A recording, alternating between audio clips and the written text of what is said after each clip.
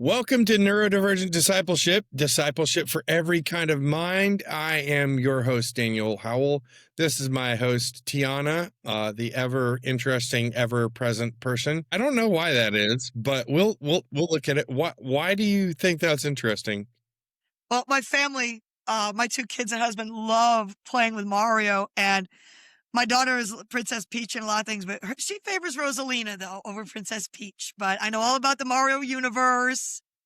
My kids love playing the games with their dad. So, yeah, it was just funny. It was Princess Peach. So just a little bit about me. I am a doctoral student at Southeastern Baptist Theological Seminary. I am a local church pastor with a church full of people who are neurodivergent, and it is a little bit of an interesting ride. My co-host Tia has some interesting news. She just that I think, who was it in your family that got diagnosed with ADHD?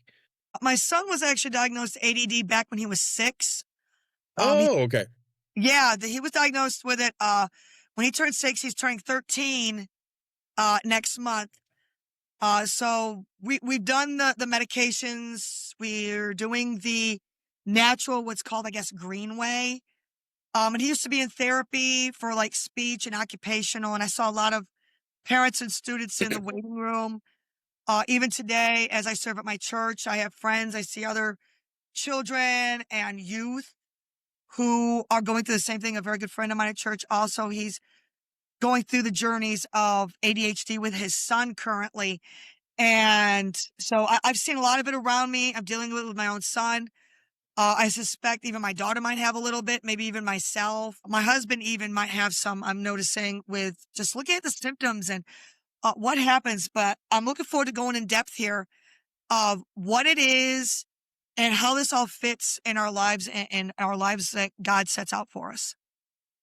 I am also neurodivergent. I am ADHD, and I have a background in dealing with counseling and other things, although I'm not a licensed counselor, so please don't take anything I say as a licensed counselor or a licensed therapist. I'm not that. Go find your licensed person.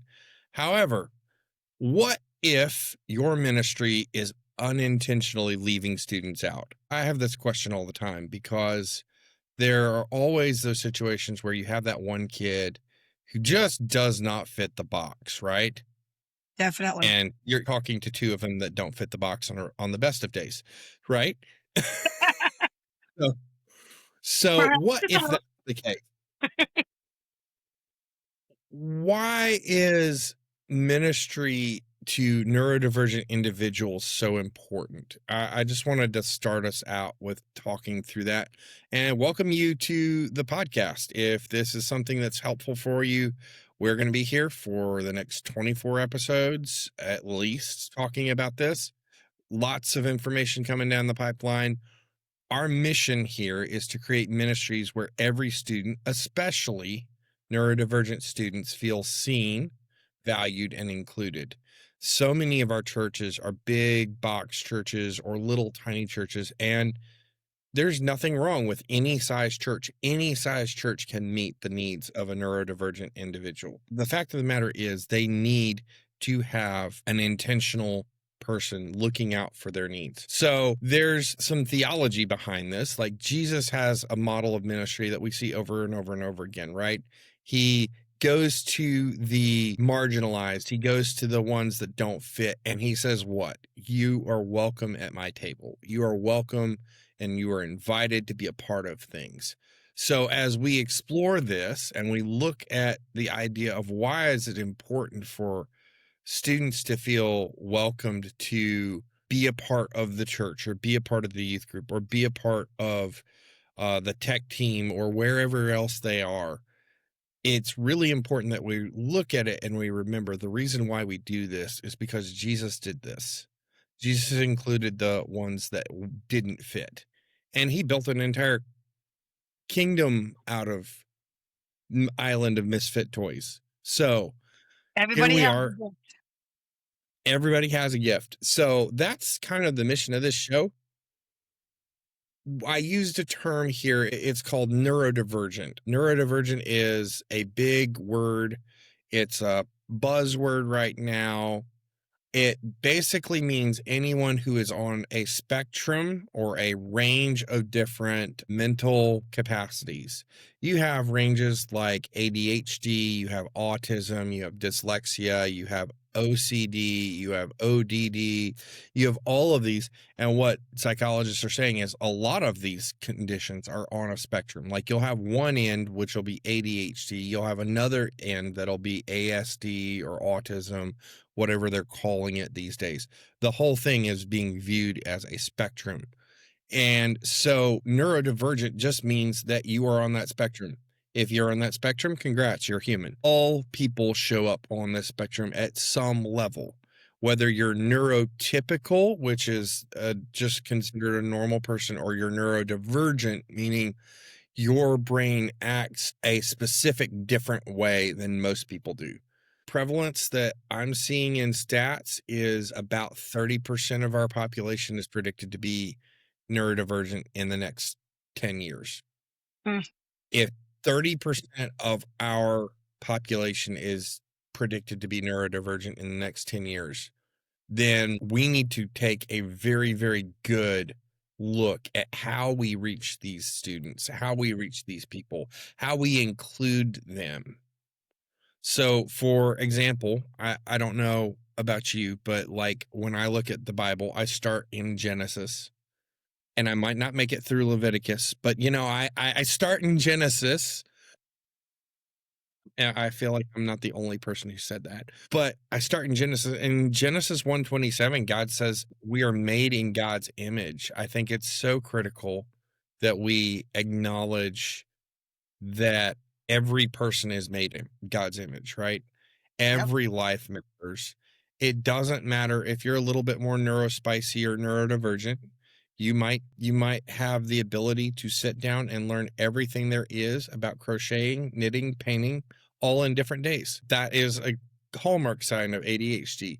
You might like everything in your house sorted by color, or sorted by fabric count, or sorted by figure out the detail, the descriptor. You might have struggle to read because your brain interprets things in reverse. All of these are key signs of being on what they call the spectrum and being neurodivergent. So that is a very big thing. But in Genesis 1:27, God made us in his image. That doesn't discount those who are neurodivergent. In fact, I think more so than anything else, when you read the Psalms and it says, he knits me together in my mother's womb, I am fearfully and wonderfully made. I praise you. That means that God intentionally sometimes causes some of our brains to go a little bit different direction. And that's That's true. on his. Imagine having everyone being boring and normal and only acting in the same way. I don't think I could stomach that. That'd be like a business meeting. And far too many of us are stuck in those all day long.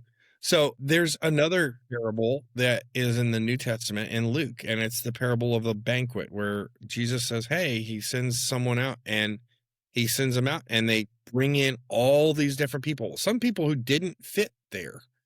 And he invites them to be a part of the banquet and that part of the table.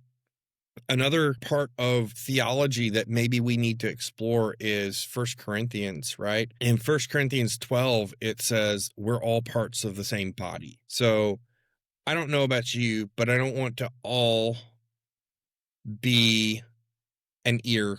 That would be kind of boring. You could say it would be kind of a flat existence. You could say, I don't want to be a nose. I because all it would take is one of our middle schoolers walking in without deodorant and we'd all be dead. Right? No comment So on that all of one. these things, what do you think? What do you think, T?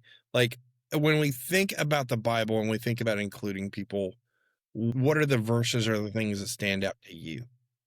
Definitely what you're saying. I mean, Jesus chose all kinds. We are fearfully, wonderfully made in his image. He's the only perfect one, and he lets us all be different and individual because we all bring something to the table. We all bring something to a ministry. if we were all the same, we would get nowhere as a civilization, as a people. And we're here to glorify God, but in different ways. And I see that in ministry all the time.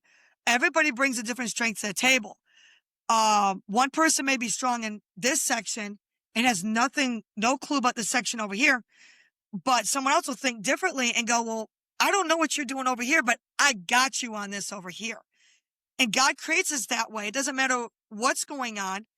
God did this. God allows us to strengthen us, to bring us together, because we are beautiful. He loves every one of us, no matter how we look.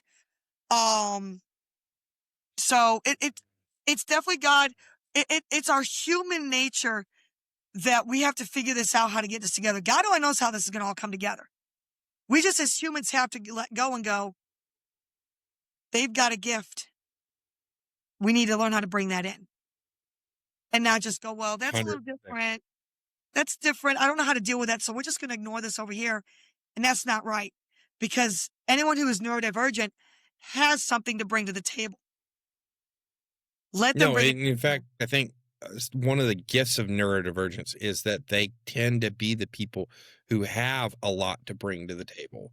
They and have so much more. They have so much more because the way their mind works is not the Exactly. same. And Exactly. We think so, outside the box. We what don't is see a things in box? black and white. Exactly. We What don't was see. the box? Yeah. So to follow Jesus, he consistently created these spaces and for those on the margins. Like he stopped for the little kids who were marginalized. He stopped for the beggar who was blind. He went out of his way Crippled. to help cripples, to help the lame, the leprous, the demoniac. He goes out in the middle of a graveyard to find somebody to heal him. He helps the woman caught in adultery. He helps the woman at the well. All these places where nobody's looking. Guess what? Jesus is looking and saying, hey, come follow me. And they still This want to is do Jesus' his work. example. Yeah, I think this is Jesus' example. And I think when we overlook or just try to program to the lowest common denominator, the central, only the neurotypical people, we miss a whole people group. Yeah, And to follow Jesus, I would say, is to create space for every kind of mind, right?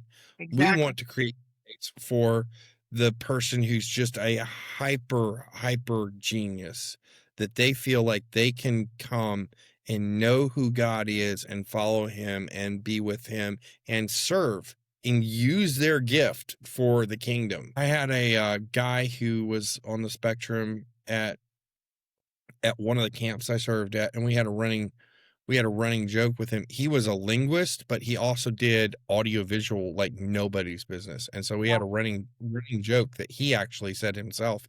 He said, and God descended and gave me the ability to understand Hebrew, Greek, and Yamaha mixers. And that was his gift.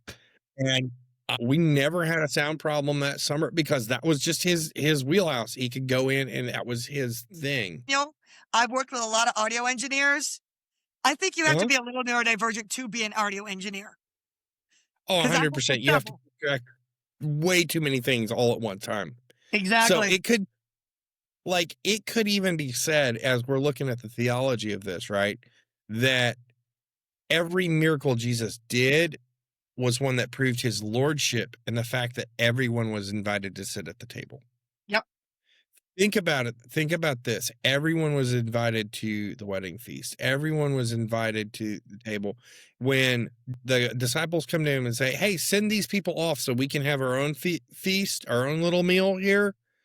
He says, nah, bring the food here.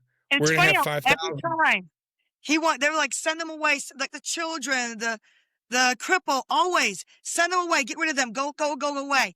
And he's like, nope, bring them. And they were always not the better, I should say that, but they were the ones that were willing to go out and continue what they saw, what they seen.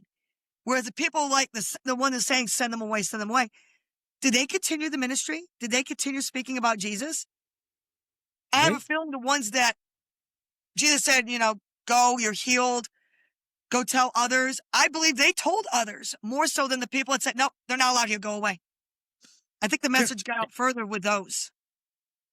100%. And so when we look at a culture that needs Jesus really, really deeply, Mm, and who can reach and build those bridges the best, sometimes it takes a little bit of neurospiciness to ignore the cultural code and just share Jesus anyway, I love that neurospiciness. I love that. right? So when I'm thinking about this, I'm thinking about 4 or 5 students in my brain right now. I had one many, many years ago, and bless his little batteries. He came in, he could not stay still, he could not stay quiet. Like your usual Sunday school was a nightmare to this kid. His goal was to speak as many words in about 5 seconds that he was given to talk as possible, Oh my. then to spend the rest of the entire day dancing.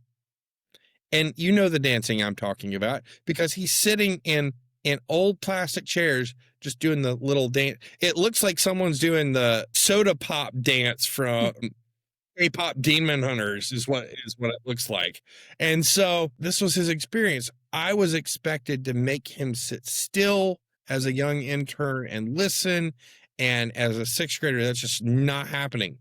Not No. happening. Far too often, our students are told that you have to conform to our way of doing things, Yes. and then we might acknowledge you. I think it's backwards. I think Yep. that sometimes the recognition has to come on the front end of recognizing, hey, you're here, you're valued, you're loved, you're cared for. And then they will figure out, oh, maturity looks like something else, right? I think another So, issue is that they don't want their kid. A lot of parents don't want their kid labeled as that for whatever reason. And I'm sure we're going to go into that in other episodes. Because as you're talking to me about that one young lad, I'm currently thinking of a young lad at my church, and his parents don't have him labeled under anything neurodivergent. And I think parents are scared a lot of that label. And instead of having that and knowing that's what's wrong with the child, nobody knows what to do with the child. He's in no, youth.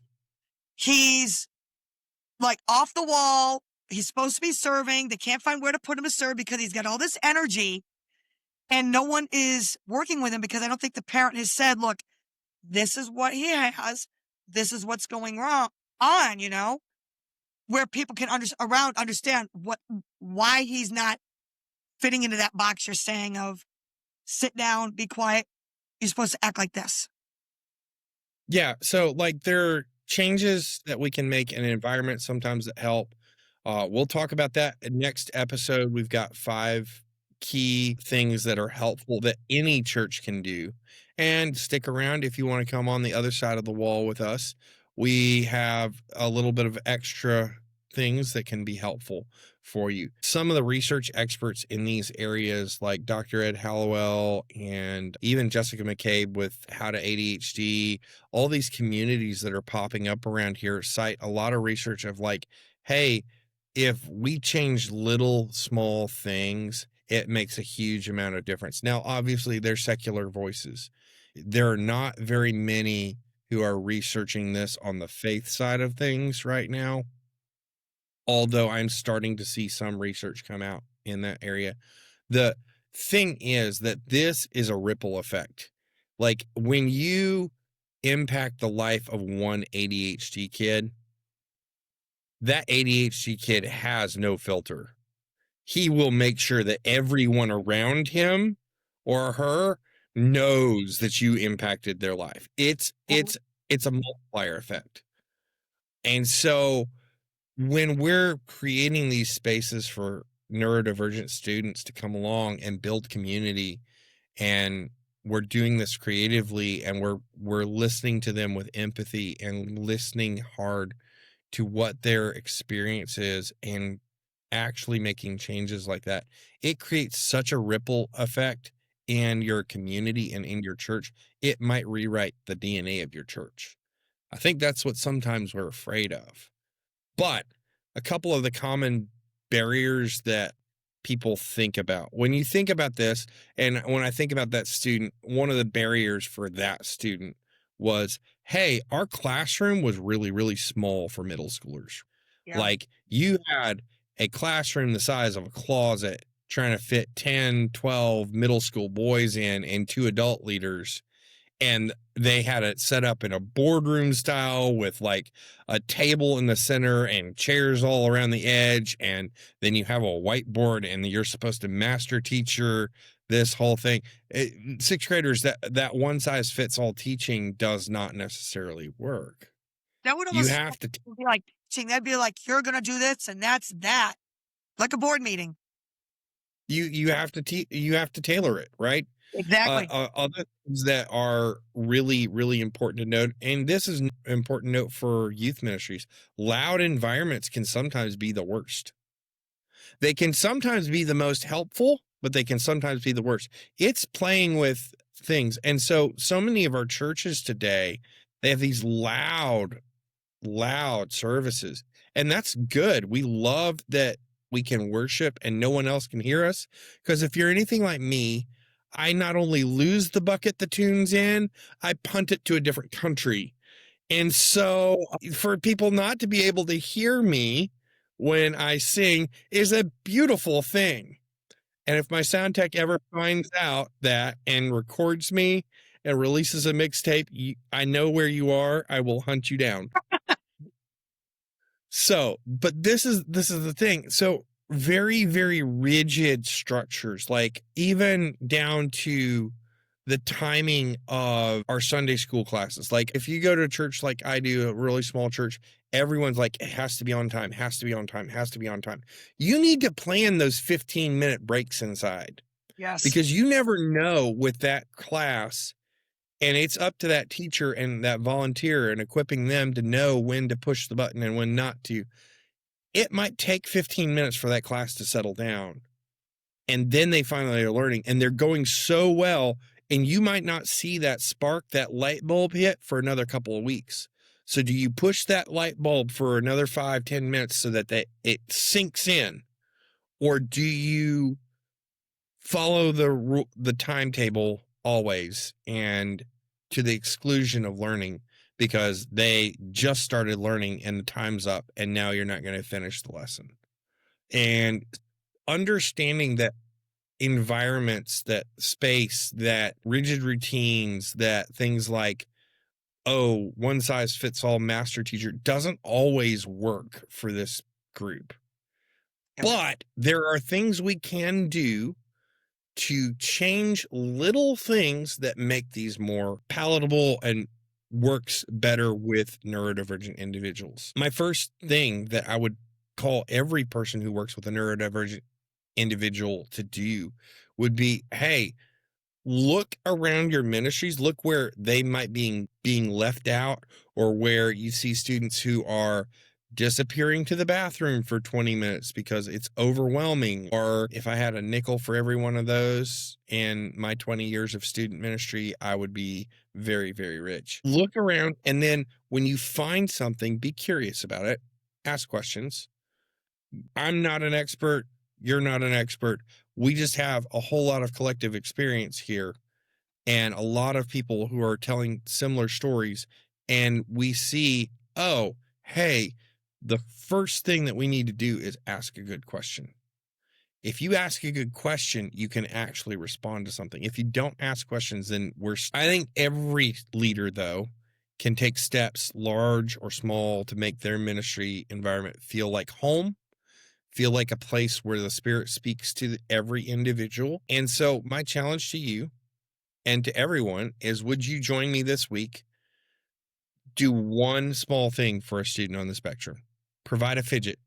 Grab a coffee with a student who struggles with big environments.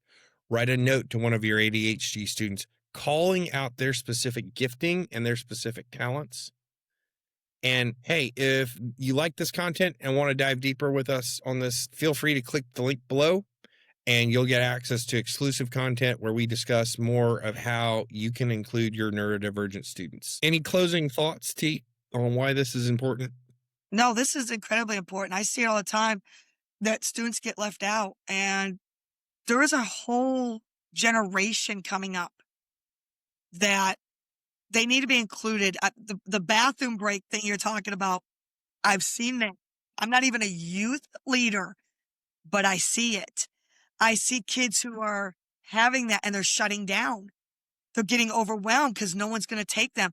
So this, what we're doing here on this podcast, ministers, pastors, church leaders, parents, it's the little things. As a parent of a ADD, it's the little things that make the world a difference. So yeah, I highly encourage everyone to come back, learn something, because you don't know what you're going to learn. And you might find someone else that needs help too, and you'll be able to tell them. Next week, we will be back with 5 easy steps that anyone can accomplish that will help your neurodivergent community. And if you want to learn more, feel free to stick around. We're going to dive deeper here. And thank you guys for coming out and listening to us. We look forward to seeing you next time. Yep.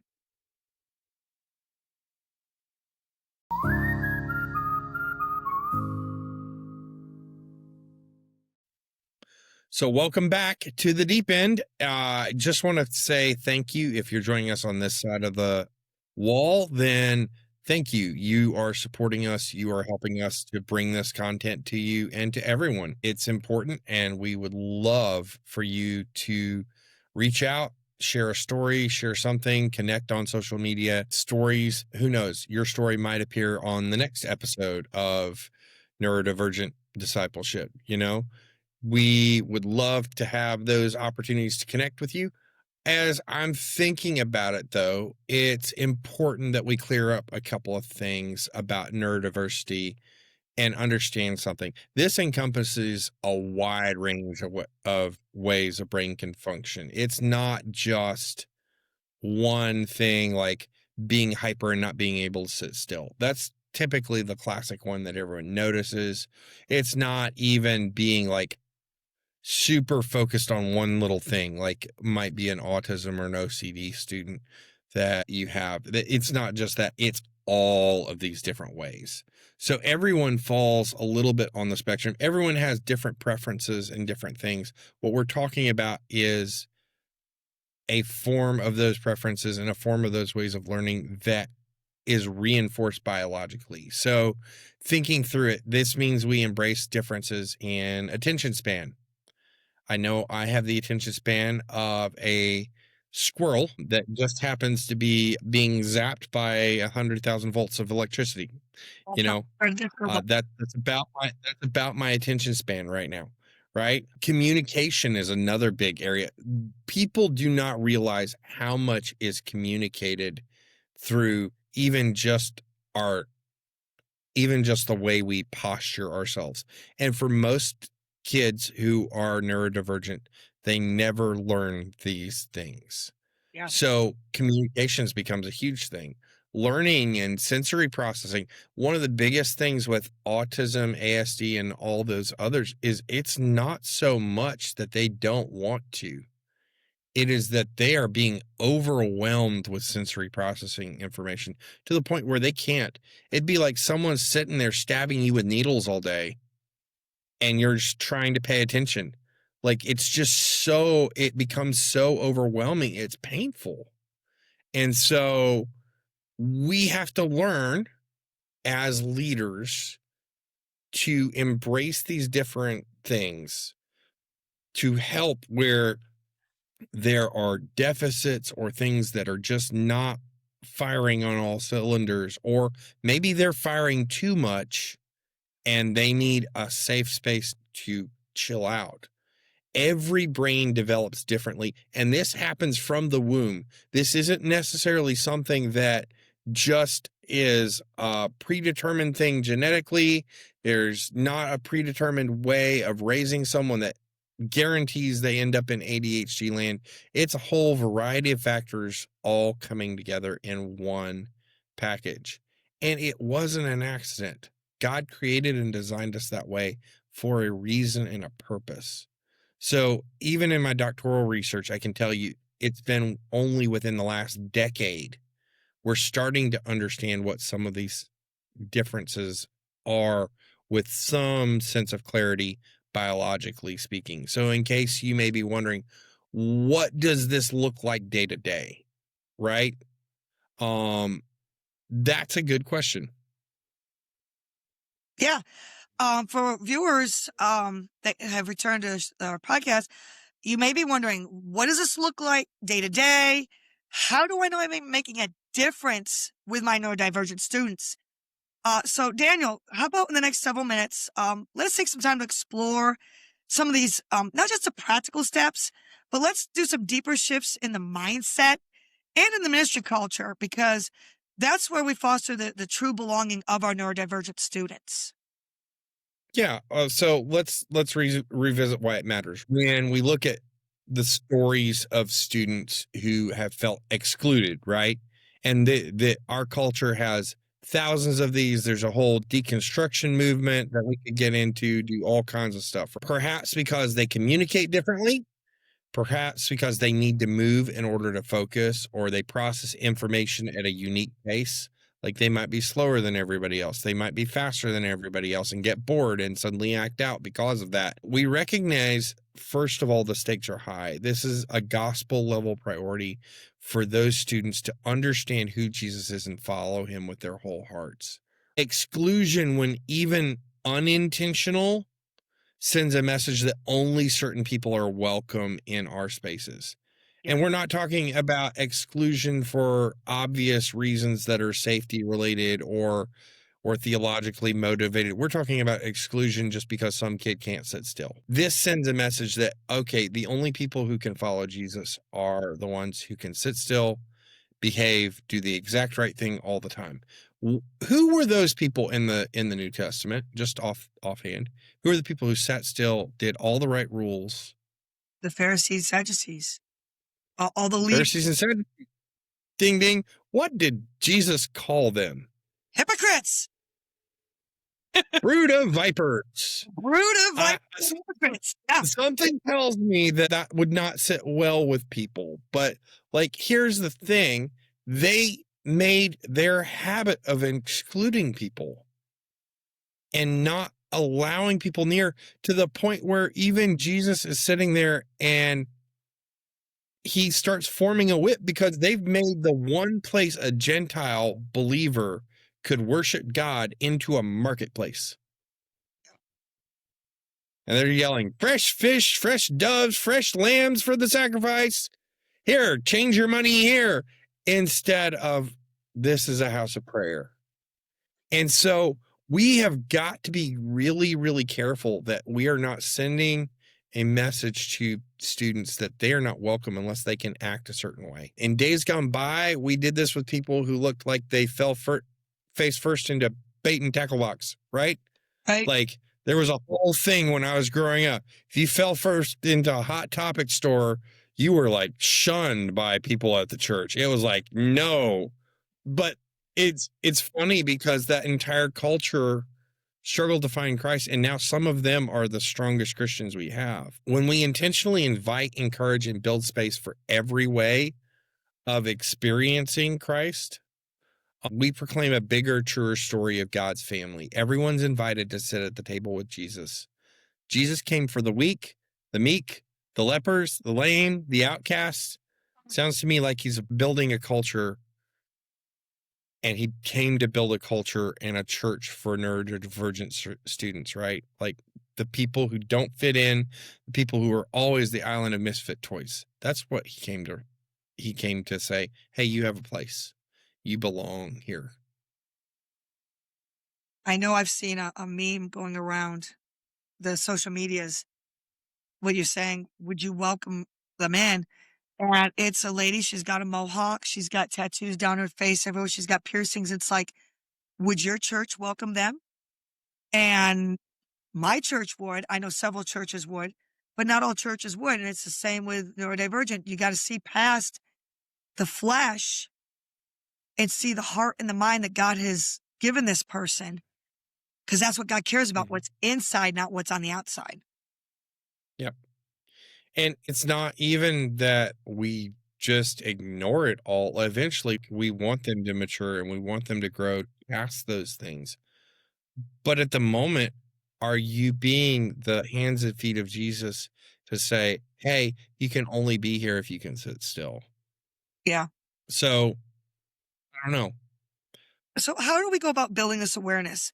How do we listen and learn, you know, especially since it's all everybody's different, everybody has a different level of spectrum or whatever. How do we build this awareness with everyone? So, pro tip, if you want to get better at this idea of helping neurodivergents participate in church and not only survive but thrive, it starts with listening. It starts with the hard work of being one on one with that student in a safe place where they are not overwhelmed and having and asking questions, right? Listening's really hard to do in ministry. We have 11 billion things going on at any given moment, and taking the time to meet with those outside the main circle and listen is sometimes the last thing on our agenda. But when we're talking about including neurodivergent students, it's the first place you have to start. You can only start with that. But when you listen to students who rarely speak up, the ones who always sit near the door or who seem disengaged, but are simply processing in their own way, you'll begin to see that God is doing something amazing in your ministry in entirely new ways. You'll be amazed at what God is doing in those lives if you take the time to help them reflect by making yourself available. Like, this could look like coffee. This could look like, hey, I'm just going to go sit outside. This could look like going and playing basketball with your hyperactive ones, right? Just set aside some time to meet with a student or a parent and ask, what helps you feel at home here? What makes it hard? These questions are really, really simple, but they're really, really profound. They open a door to receive feedback and to receive stories of how God has moved or is moving in their lives. Create a way that you can get this kind of feedback regularly, whether it's a text message, a QR code, a survey, a link, or a box at the door, or a suggestion envelope. Let your students know that you care and you want information from them, not just their attendance, because their experience matters. It's not just, I want you here as butts and seats. I want you here because I want you to know Jesus, and your experience of that matters. That's a key thing. That's pro tip level, and that's what we do in student ministry. It should be what we do. We have to go back to the basics and start with, hey, let's listen first. So we need to change our expectations. We have to shift our language of how we handle these students, how we speak to them, go one on one. How would you build upon that? Language matters. So I heard a story from a friend of mine who was in a church that they went through this whole process trying to build this, and bless their hearts, bless their little batteries. They created a survey that was probably the worst worded survey I've ever seen, where it said, okay, since you are lazy and you're disruptive, what causes you to be disruptive and lazy? And I was like, oh my word. You just said the worst things to students who are already struggling, right? Your language matters. Oh my You word. have you have to avoid labels, right? No one wants to be seen as lazy, difficult, disruptive. Even in your little kids ministry, think about how you're labeling kids, because they will own those labels and they will make it a part of their identity. We're in the process of helping them build an identity in Christ. We don't need to add extra baggage and saddle them with, oh, you love Jesus, but you're also just hard to manage, Right. Oh my word. or you're lazy, or you don't think things through, or other things like that. Instead, consider how you label things, consider how you use language. Maybe apply needs movement, or prefers structure, or thinks deeply. Like, these kind of things can set a narrative change that also, bonus points, helps your volunteers to look at the situation differently. And this helps change expectations. So if I have a student who comes into me and they're more kinesthetic because they're ADHD and they're wired towards the explosive kind of ADHD, and I have a note on there that says, hey, he needs to move some. Maybe I can structure my lesson around that better. Maybe I don't have to do some other crazy things. I can structure it better. And then it changes my expectations. I'm not expecting a student who's going to be perfect out the gate. Although if you're in student ministry and you expect perfect little angels every time, I've got news for you. Welcome to student ministry. Your first year is going to be rough. So You're like not wrong. those are things that sets a narrative change for students, leaders, and even parents that, hey, we understand where they are. They're safe here. They have a place to do that. And then setting expectations, I will say this is really, really important. I'll say this over and over and over again, but clarity is kindness. Rather than let's be respectful, try when someone else is sharing, we listen with our eyes and ears. Visual instructions like signs and posted schedules, timers, they help everyone. They don't just help your neurodivergent students, especially littles. You think about a neurodivergent student, most neurodivergent students are on some sort of developmental delay. So you're talking a year or two lag on what would be considered normal. So if I have a 15-year-old, I'm expecting them to behave like an 8th grader, not a 10th grader. Right. And that's the usual way that this works. So if I'm setting my expectations, I want to set my expectations at a level an 8th grader would understand, not the level of a 10th grader. Gotcha. Being specific is very, very helpful. Yes. So for those listening, parents, ministers, pastors, what kind of practical tools or resources are out there that you can recommend for them to research?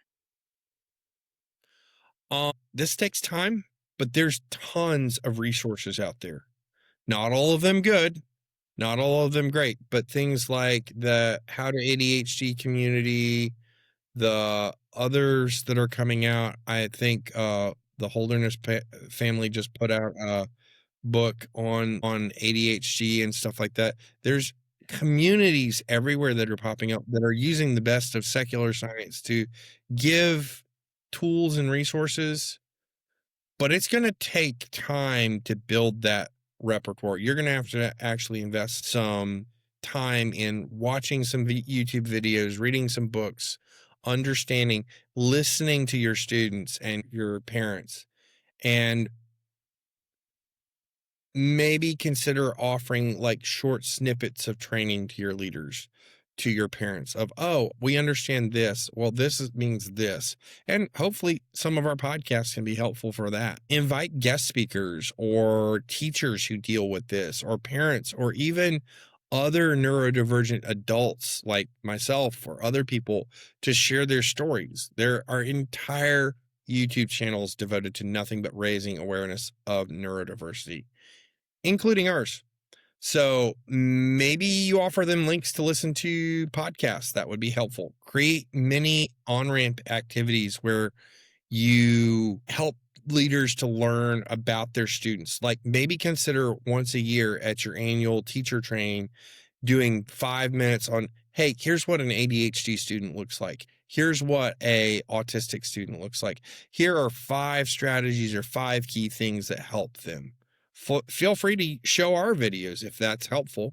Let me encourage you, though, this isn't a one-time fix. It's a journey. Even in my own ministry, I constantly have to go back to the start and restart because every student is different. It's sometimes marked by setbacks. You may have a student that you finally figured out what works, and it works for like 6 weeks straight. And then on week 7, everything collapses at the seams. That's okay. There are going to be moments where it's 2 steps forward, 1 step back. And you just have to go all day long. There will be moments where you feel awkward, unsure, or even discouraged because one of the things neurodivergent students are great at is being unpredictable. Yes. Like, you cannot predict. So we can at one moment act entirely normal, called masking, by the way. We'll do a whole episode on that later on. And then another moment completely come to pieces, even though you did everything in your power to include and provide a space for us. That's okay. The reaction that you've got to do is return to curiosity and humility. Apologize when you miss the mark and invite feedback. Every time you try to communicate to students, you matter enough for me to learn and change, and we feel that, and we feel that we belong there. When you communicate that to us, we understand it. Now, we may not acknowledge that all the time, but I guarantee you it builds the culture that you're looking for. There are 2 practical things I kind of want to wrap us up on before I share a story here. There are 2 things that are options that help this to happen. One, they call it layered invitations or the power of choice. When you have a neurodivergent individual, sometimes the best thing you can do is give them an option. Not a lot of options, 2 options. If you give them an option, does that overwhelm? Like, is it just too much input? Or is that a blessing? Okay, so if you give them like a Baskin Robbins choice, it's too much. But if I say, hey, do you want to sit on this chair or do you want to sit on this beanbag? That's an option. Which will help you pay attention. Do you need a fidget or do you need a piece of paper and a pencil? Those kinds of things. Rather than requiring every student to participate the same way, like reading aloud, leading prayer, sharing in a circle, offer options. You can draw, write, or share verbally. So if I have a student who's afraid to pray out loud, maybe I have them write their prayer and then we read it out loud. Maybe I have them write something down or participate on a whiteboard or something else that invites movement or something else that they can do that still allows them to participate, but they don't have to be the center of attention. It communicates you're welcome to participate quietly or join in out loud. This choice gives them to opt into their own comfort level. And while phones may be an ever-present temptation, often students with neurodivergent ways of thinking are just trying to figure out how they can participate in a way that won't get them judged, shamed, or thought of as that guy, right? Most of the time, these kids are walking around knowing that other people are already judging them. And so giving them a choice lets them participate in what is normal without feeling like they're the odd man out. The second thing I will say, and you mentioned this earlier, is celebrating strengths. Take a few minutes to reflect on neurodivergent students' strengths. Bring them to the front. Perhaps having a student who notices patterns, who's brilliant at organizing projects, or who asks unexpected questions. Give them that space. There's tons of things where that would be helpful. Or perhaps there's someone who is good at bringing humor out of situations that you never thought would be humorous. And they are really good at encouraging. Give them that space. Name and celebrate those gifts. Maybe as an exercise, write down one strength for each student in your group and ask leaders to do the same. This does 2 things. It helps student leaders to refocus on what's good about a student rather than always what's lacking. And it also helps them to identify, oh, I need to be giving these opportunities to them. Can I say something as a neurodivergent individual? This is magic. It is sheer unadulterated magic with neurodivergent students. Sometimes all they're looking for is someone to say, yes, I see you, and yes, you have something to contribute. In other words, everyone is still asking the same question. Do I belong here? Do I matter? And they need that. I want to think about this. I think about 2 stories off the top of my head. One youth group provided this idea of movement passes. So they had a situation where there were kids who were always going to the bathroom, and they had a really strict teacher, so they provided a movement pass. They said, I will give you this pass. You can get up, you can do a push up, you can do a sit up, you can do whatever you need to, do a little dance, and come right back to the group. At first, leaders were really worried about that. I think of that and I'm terrified because my youth room is real small. Is this going to just completely derail everything? Freedom, let's go. Freedom, yeah, like I'm thinking about the one kid who would throw a party, right? But they found that students returned to group more regulated, more focused, and engaged when trusted to regulate their own needs. So what they said is, okay, instead of going to the bathroom and disappearing for 20 minutes, go out to the hall, do a little dance, move around, run in a circle, do 20 push-ups, come right back. And they found it helped them to know and regulate and engage more often. I'll share one that's a big win in my student ministry. Not too long, a group of students wanted to form a band, and several of my neurodivergent students wanted to join. At the very first, I was not sure. Could they really contribute well? Would they be a distraction? But I'll tell you this, once a neurodivergent student locks in and knows what they want, they will move heaven and earth to make it happen.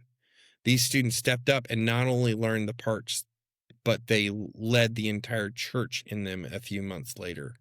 Did it take them a while? Yes. But there wasn't a dry eye in that audience, and that's a win. See, when neurodivergents find their thing, they do it at a level no one else can. It's like fish finding water for the first time, or me walking into Krispy Kreme. Yeah. Oh, I could do me some Krispy Kreme right now. So where are your thoughts in regards to like engagement and reflection in this matter? That's a good one.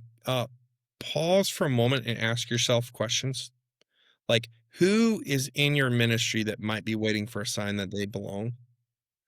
Who has a gift that you haven't yet discovered because it hasn't been called forth and recognized? We need to be more about celebrating gifts and things. Uh, take your phone or your notebook and jot down one thing you'll do for this week, big or small, to move forward in recognizing giftings in students. A good leadership exercise for you and your core group of leaders might be spend 2 minutes sharing thoughts about situations that you uniquely experience in your group, right? What things do you now think might work that you'd never considered before? What kinds of questions or hesitations remain? Like thinking about more diverse groups of thinkers, the way brains work a little bit differently. Feel free to reach out via the links below or comment on what other questions you and your group might have for a future show. We'd love to cover those. Practically just asking good questions and taking the time to be still So and think. give us a practical challenge for this week. So as we approach this, here's your challenge. Pick one idea from today, put it into practice.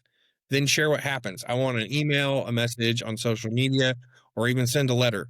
I want to hear, although if it's a letter, it might appear via snail mail. I want to hear your stories so we can keep learning together. And as we journey together forward, remember, the most important thing isn't perfection, it's presence. The most important thing you can do for your neurodivergent student is to be present. There's no better thing. Jesus practiced presence everywhere he went. When leaders show up, listen, adapt, and embody the love and acceptance that neurodivergent students crave because they don't get it even in schools, it transforms hearts and communities. It sets things on fire in all the right ways. You will wake up 6 months from now with a new youth group that you never thought possible. All of this is not a checklist of actions like the Pharisees had, but it's a mindset shift like the one that Jesus brought. Recognize that each student has a valuable way of contributing and is valid in their understanding. If it's incomplete or completely foreign to your understanding, ask questions.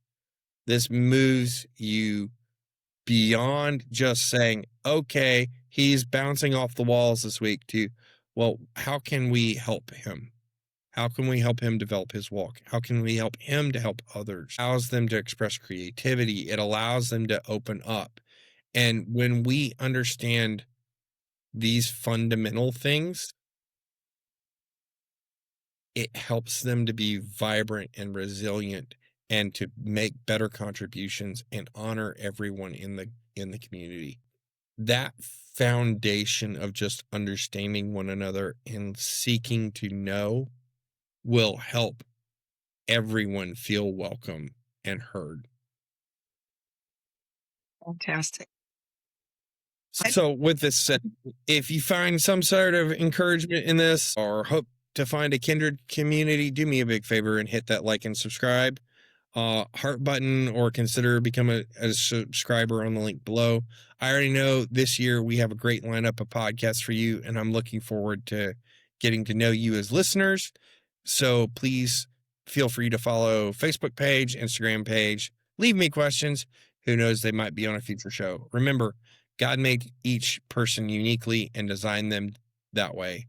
Let's be kind to one another. Let's celebrate each other's gifts and talents. God gives each person as he desires to be in a relationship with every single one. Remember, God made us, and God made discipleship for every kind of mind. Yes, he did. Well, I think there's some good content today, and I'm looking forward to future episodes. Awesome.